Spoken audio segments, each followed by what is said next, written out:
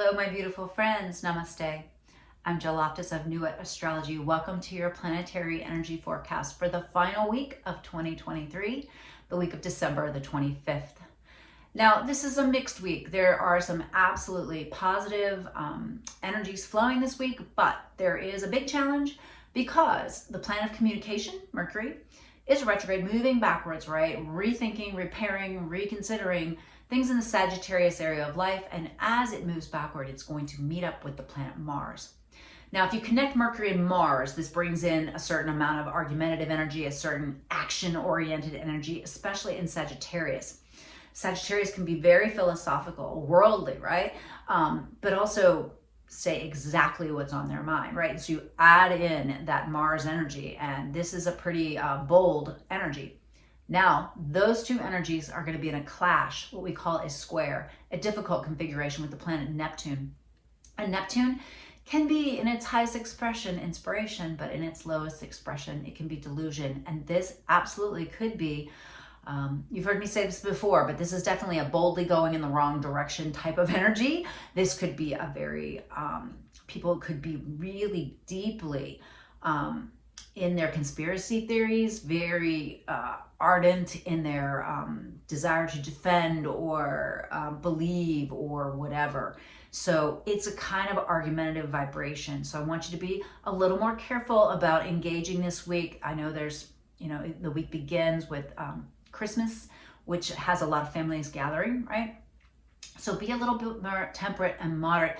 Especially on the 25th, on Christmas Day, we also have the moon in Gemini, which is going to stand right across the sky from that Mars in Sagittarius, which is going to give it a little bit more amplification, all right? So have a plan A, B, and C for the argumentative or difficult personalities that you might have to spend time with over the holiday, all right?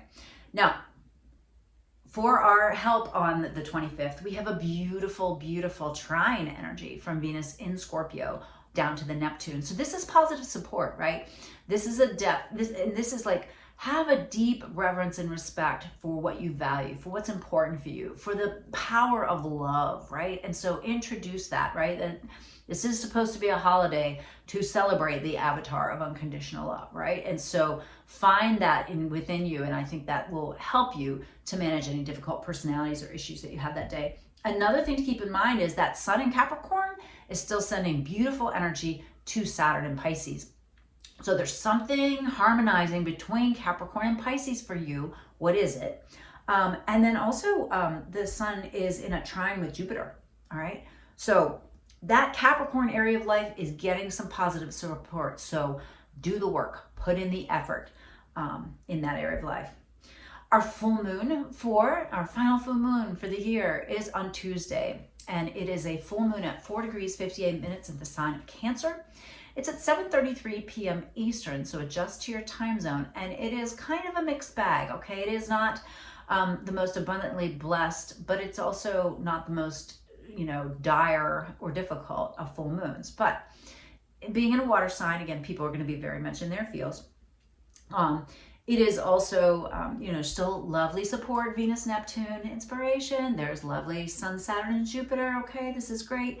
But it will square to the Neptune. And again, there's this sense of it's possible that there is some conflict energy. Now, this square happens before it moves into Cancer. So it's in Gemini, it squares the Neptune, a little bit of clash energy, then it moves into Cancer late in the afternoon. Keep in mind it's void from 2:55 a.m. until 10:15 a.m. Eastern that day. So make sure you wait until the evening to do any kind of a ritual. It's just very watery, very emotional. So take care of yourself. It's a great full moon to do, ritualize your shower, take a sacred bath, add some Epsom salts, release, let go of something in that Cancer area of life. And if you're just looking for a general thing to let go of hypersensitivity, right? Or you could also let go of the need to nurture people or things that no longer want your help. That's a good one too. All right. On the 27th, we have the exact square Mercury in Sagittarius to Neptune in Pisces. And then Mercury meets up with Mars. And so this is a tense day. I want you to be really careful. People are really going to want to get you to understand what they think or their opinions or their philosophies, right? So be a little cautious and careful with that. Now, lean into that sun blending with Jupiter, Sun, Jupiter, right? Beautiful. Now, even that could make you go over the top though. Sometimes when Sun and Jupiter come together, it can be just excess, right? So watch that. Moderation, stay grounded, both in earth signs, right? All right, and we also look to, there's a lovely little sexy sextile beginning to form from Venus to Pluto. And so this can really help as well, you know, kind of bring forth or birth something that you really value. I mean, Pluto is really wrapping up some lessons here, all right? And so a little touch of sweetness from Venus can help. All right, on the 28th, we have the Mars step into the precise square to Neptune. Again, caution flag up, Mercury is close by. Mars, Neptune, absolutely confusion, okay? And, you know, fire and water, what do you get? Steam, you get upset, you get anger. I want you to be very cautious and careful. People really pushing their agendas and beliefs through the end of the year. Moon void that day, 5:57 p.m. till 7:23 p.m. Eastern. Adjust for your time zone. All right, we're still not done with the week. On the 29th, Venus moves into the sign of Sagittarius, okay? So she sends that beautiful blessing to Capricorn as she exits Scorpio and then moves into the sign of Sagittarius. So now we have Venus in Sag, Mars in Sag, Mercury in Sag. It's a lot of Sagittarius, right? Which is such a beautiful energy, right? Broaden your philosophies. Invite someone who, you know, to dinner who is from a different country or culture. Explore, all right? Broaden your mind. This is a beautiful energy for doing that, all right? She's still, you know, in a little bit of a difficult energy with Pisces. So that, you know, keeps us a little grounded in reality, right? And I also, I made note, there's a Leo moon on the 29th. Watch that because it squares to Jupiter. And so I can totally see like the last couple days of the month, you might be like, you know what, I'm just going to go blow like, you know, $300 on a new dress. I really want to like look nice for New Year's Eve or whatever. Don't go overboard. Okay. Another reason that Jupiter is very powerful is on the 30th, it pauses in the sky. It stations at 5 degrees of Taurus late in the day, 9:40 p.m. Eastern. So it's going to pause in the sky and begin to move forward. Now, this is important to note because it is actually going to move into Gemini next May. And so from the period from now until May of next year, this is your last pass of Jupiter and Taurus. So those of you who have been experiencing some blessings or opportunities in the Taurus area of life, take advantage of them because this will not happen again for 12 more years. All right. On the 31st, the last day of the calendar year, we still have Venus clashing with Saturn. All right. So this could be, you know, a clash of values. It could be a financial issue. It could be some stress with love, you know, a desire to do things in one way and then the rules get in the way. So keep that in mind. Mercury and Mars interacting with the nodes. Yeah, so there's definitely some karmic events here. I would say it's more Mercury though. Yeah, Mercury moving into blessing contact with the nodes. This is kind of an interesting energy. Mars did that earlier last week, right? And so now we have Mercury in contact with the nodes. This is activating the relationships in your life and really making you have conversations about things that are working and things that are not working. So keep that in mind. The moon is in Virgo on the 31st. And so there could be a little hypercritical edge. Make sure you have your, you know, kind of plans for the evening or how you want to celebrate the new year. It could be, you know, be very Virgo. You might like make some fabulous, you know, wholesome meal and be in bed at 9 p.m. or, you know, whatever it is that you choose to do to celebrate and bring in the coming year. You'll want to have your plans somewhat organized, or else you might just be like, you know, you kind of get into that Virgo of like, well, it's not going exactly the way I want, so it's just going to be me on the couch with a large bag of potato chips. So make your plans now. All right, I'm excited to see what the tarot has to say for this very last week of the year. I would like to say, if you've watched this far, thank you so much for your support and your encouragement. I really appreciate you watching, and I'll see you in the tarot. Hello, my beautiful friends, and welcome to your Isis Lotus Tarot spread for the last week of 2023. So, week that begins on December 25th. Let's take a look and see what the cards have to say as we wrap up this year. I hope you've had a great year. I hope this next year is even better.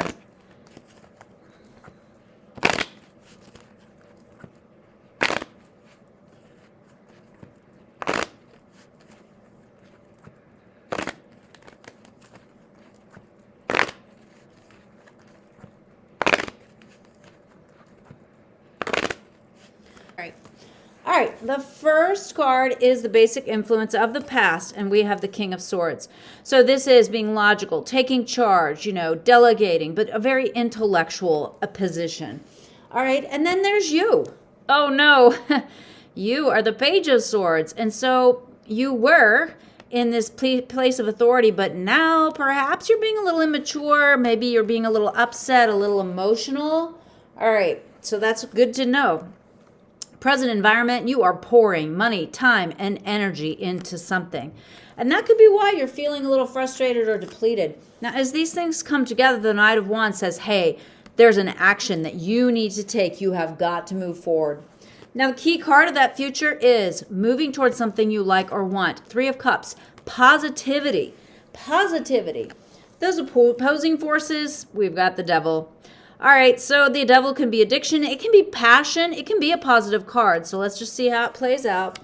And on the other side, we've got this sense of lack, Five of Pentacles. So feeling like an outsider, feeling like you don't belong, feeling like you don't have all the things that you want or need. These are tricky cards, all right? So let's see what the near future key card is. Well, we've got the Nine of Cups. We've got abundance. And so we're trying to find happiness, right? We're trying to find emotional fulfillment. It is saying that we can find it. The question is how? All right. Modified by Six of Wands on the same side as the Devil, receiving recognition, being seen. On the Five of Pentacles side, Page of Wands, a new beginning that needs to start.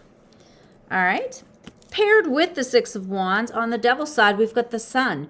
So something being illuminated, you shining. So it's kind of like perhaps this is really going towards a passion project, and the passion project really coming forward for you. On this other side, we've got the Four of Cups paired with that Page of Wands. And so on the other side, I feel like you have the choice to make, like, go towards something you're passionately going to be fulfilled about, or go towards something that you feel a little bit more desperate, or like you have to be more concerned about money. All right.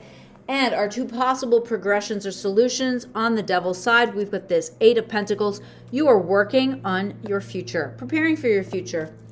On the Five of Pentacles side, we have the King of Wands. So you started with the Page, and then you've got these, like, this Four of Cups, which is kind of making assumptions.